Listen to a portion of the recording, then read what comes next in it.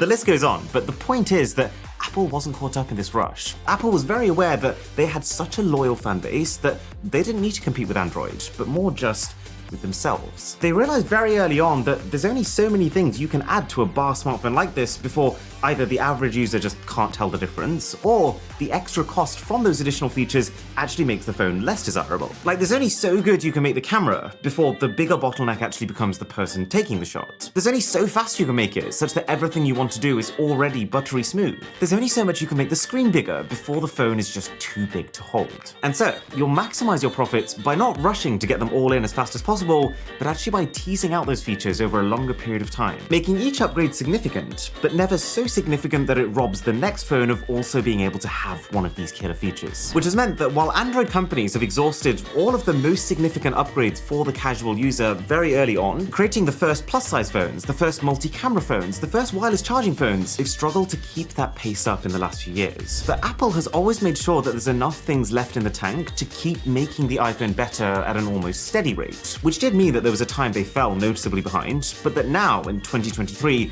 there's really not much missing that an average user would care about. They have one by one, bit by bit, fixed all the major pain points of past iPhones, to the point where now the battery's good, the cameras are great, the screen is great, and that if you now own any other Apple products, or you even just like the idea of Apple, there's no real barrier that would stop you getting one. But then also, Apple's insistence on releasing features slowly and steadily has helped them for another reason. It's allowed them to take their time with features and only release them when they're done in the Apple way, in this very polished, very well thought out, controlled manner. And this is a big part of why the company has this almost cult-like following. People who are fans of Apple's philosophy are happy that when they try an Apple feature, it's going to work in exactly the way that they expect